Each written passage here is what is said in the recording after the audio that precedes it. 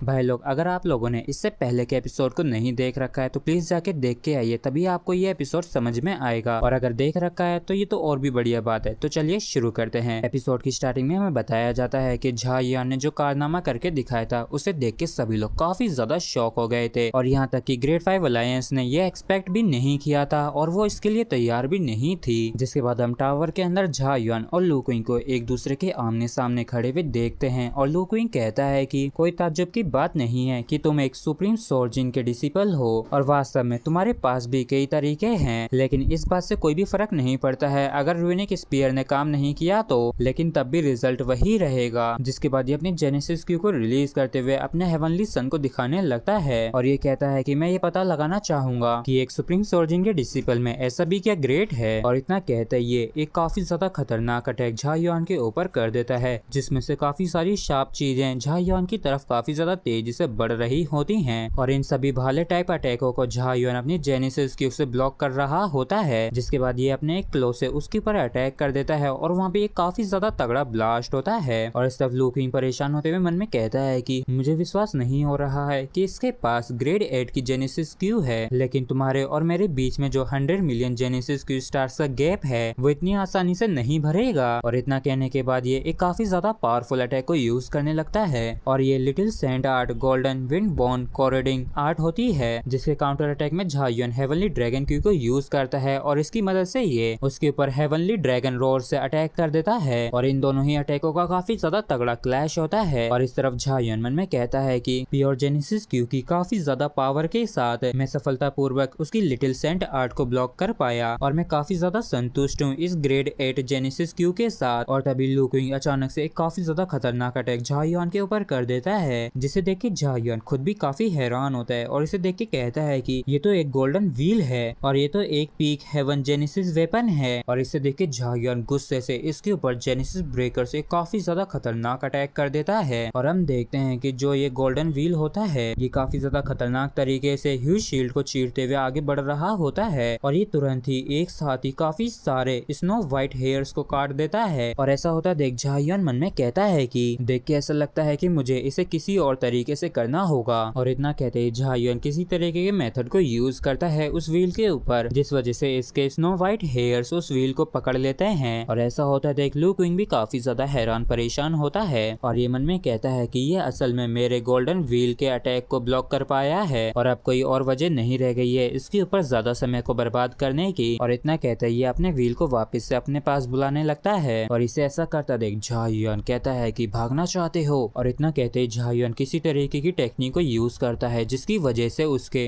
काफी ज्यादा बड़े और ग्लो करते हुए स्नो व्हाइट हेयर्स आ जाते हैं, और इस लुक में झायान वाकई में काफी ज्यादा खतरी लग रहा होता है। और झायान तुरंत ही अटैक कर देता है, और जब लू क्विंग देखता है कि झायान सीधे इसी की तरफ आ रहा है तो ये काफी हैरान होता है, और ये तुरंत ही अपने व्हील से झायान के ऊपर अटैक कर देता है। और हम देखते हैं कि स्पीयर शेडो और व्हील शेडो आपस में लाइटनिंग बोल्ट की तरह भिड़ रही होती हैं, और कुछ डजन ब्रीथ्स में ही ये कई 100 टाइम्स भिड़ लेती हैं। और लू क्विंग परेशान होते हुए मन में कहता है कि इस बच्चे की जेनेसिस क्यू कितनी ज्यादा मिस्टीरियस और पावरफुल है, यहाँ तक कि मेरी डिवाइन ड्यूलिंग भी टकराव की वजह से कांप उठी है, और अगर ऐसा ही होता रहा तो मैं काफी जल्द ही अपनी जेनेसिस क्यू से अपना कंट्रोल खो दूंगा। और फिर झायान से कहता है कि क्या तुम्हें ये लगता है कि मैं लू क्विंग तुमसे इतनी आसानी से दब जाऊंगा। और फिर ये खतरनाक लुक के साथ कहता है कि तो मैं तुम्हें मेरी ट्राई माउंटेन अलायंस की पावरफुल बॉडी कल्टीवेशन टेक्निक को आजमाने दूंगा। और इतना कहते ही लू Qing shifting mountain golden body को यूज करता है, जिस वजह से इसकी पावर काफी ज्यादा बढ़ जाती है, और ये झायान के ऊपर एक काफी ज्यादा खतरनाक पंच करता है, जिस वजह से झायान काफी दूर तक जाता है। और झायान थोड़ा चिंतित होते हुए मन में कहता है कि मेरे हेवनली युआन ब्रश के हेयर्स इसकी बॉडी के अंदर चले गए थे, लेकिन ऐसा देख के लगता है कि वो और ज्यादा काम के नहीं रहे। और लू क्विंग खुश होते हुए कहता है कि इस बारे में तो सोचना भी मत, और मैं तुम्हें पहले ही बता देता हूँ कि तुम्हारी ये बेकार की ट्रिक्स मुझ पे काम नहीं करेंगी। और टावर के बाहर जो लोग प्रेजेंट होते हैं वो सभी ही काफी ज्यादा ध्यान से इनकी बैटल को देख रहे होते हैं, क्योंकि आज का जो आउटकम है वो सिर्फ झायान की परफॉर्मेंस पे ही डिपेंड करता है। और क्वीन लियान कहती है कि रुको देखो तो झायान के आसपास की जेनेसिस क्यू किसी वजह से गर्म होती दिख रही है। और इस तरफ लू क्विंग कहता है कि झायान समय हो गया है तुम्हारे लिए मरने का।